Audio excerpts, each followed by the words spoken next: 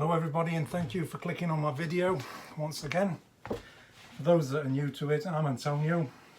I want to say thank you to all the, and we are grateful for all the NHS services and everybody else as well, community services, everybody that in this period is going out of their way really to help one another within the communities worldwide really, across the board. So that's the first port of call.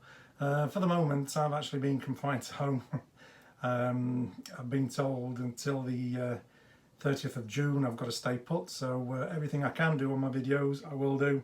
I'm trying to get materials online because logically I can't even go outside at the moment, outside the door, nothing at all due to a certain condition I have, and I'll do everything possible to try and continue with the videos on what I can do. So just bide with me. I only started this about a couple of months ago. The whole intention of it was just to help people. So even it's not about the following, it's not about anything else, it's just sometimes you have those little odd jobs like a water pump or anything else, and to be honest there's not really a lot of information or clear information, let's say, on how to do these certain little jobs like breaks in details and what you can do, what you can't, you know, those little bits and bobs. By all means, I'm not a mechanic, don't do body work, I'm not a welder, but through time I've just gained some skills, some experience, and that's all I'm trying to share really. My builds, my experience, hoping it can help somebody out. That's the whole aim. Hope you enjoy the videos. Like I said, a bit of patience for now. There is, I've got a lot of orders in. There is a few coming in, as you can understand. Even for a bolt or anything that I need, I can't just nip out now.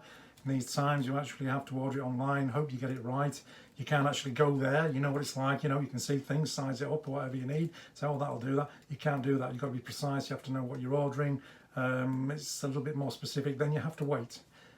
Sometimes the waits can be a little long, we understand that, so just bide with it, and I hope they enjoy another few videos with me. Well, I've left it over a week or so, I've just had a bit of a break. What I've done is I've dug out some steel that I had, some cut-offs, and some rusty ones as well, with a bit of patina on as well, if I want to create an effect here. So we can see from here I started to line up, like we said from the last video, the actual pump on the other side. Like I said, the most important thing now before the brackets is the actual lineup. This is going to take a while, then I'll start the bracket, but I think I'll start from the alternator first and do a little bit of work on that first. So the first thing was to make a bracket. As you can see here, found out that my electrodes, I'd had them for about 6 or 7 years, got a little bit white but still working, and I didn't have the right wire for my welder, so I've got the gas and not the welder, so I had to stick weld this, and don't think it's come out too bad. Haven't welded for a little while, like I said before, I haven't been welded for a while, so that's my excuse.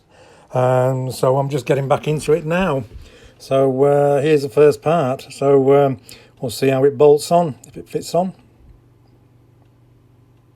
So we can see here we've bolted it on and it seems to fit fine. The bolt at the bottom of the pump here, as you can see, and the 3 bolts as well that go in the front. So we've got a solid mount point we've started with, and got a point to start off with really, a base. As I said, what I'll do is just tack things into place as I go along till I actually get a finished product. This is version 1 really that I'm going to start to put together. So here I started making the bracket to go onto the alternator, as you can see, one on each side to reinforce it with a plate maybe behind.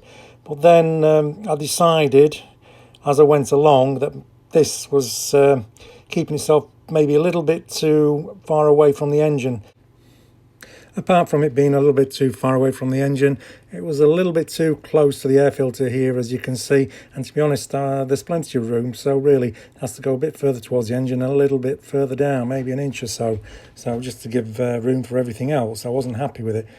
Bracket seems a little bit too big, and it needs to get closer, definitely needs to get close and get it into the right position like it was below.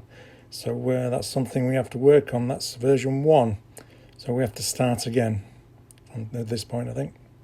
So again, he temporarily made a welding table, just a sheet of metal, fed up with keep clamping the same part, you know, to give a weld on it. I just needed a table so I could throw something on At this moment I don't want to invest in tables, plus I don't have the room, so I'll just knock this one up. As you can see here, it doesn't take much really if anybody has to make one, and I'm just using the normal table really. Can you see here?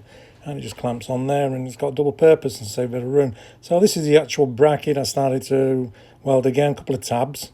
Keep it simple. Like we said before, close, simple, structured, don't want anything complicated, but one important thing is that it must carry 2 belts, I've decided, just to make sure everything works properly. One belt I'm not happy with. It's got to have 2 belts all the way down the pulleys and everything, because this does drive the fan as well. So and hopefully here there's room, as you can see from the turbo coming forward for any pipes or anything, and we will at some point be changing this pulley. I've ordered it. You'll see with picture coming up soon of a double pulley.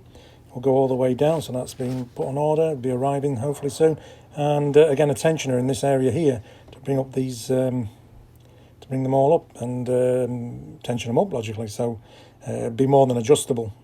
Here's the actual pulley. Should be arriving soon. Again, the radiator came through, so we've got a new radiator to put on as well, as you can see there. And at the moment, as I'm waiting, I've just lifted it off the ground to have a look underneath. Started having a look at the chassis as well, so we can actually see where we were. Because it's been a couple of years, like we said before, I keep repeating myself, and just see where we are now. So yeah, a lot of surface rust. We'll see in a moment. I've got a very cheap sandblaster, so I'll be cleaning all this up, seeing where it needs repairs, because it will need repairs on the chassis, welding it up, fixing it, and the body underneath as well.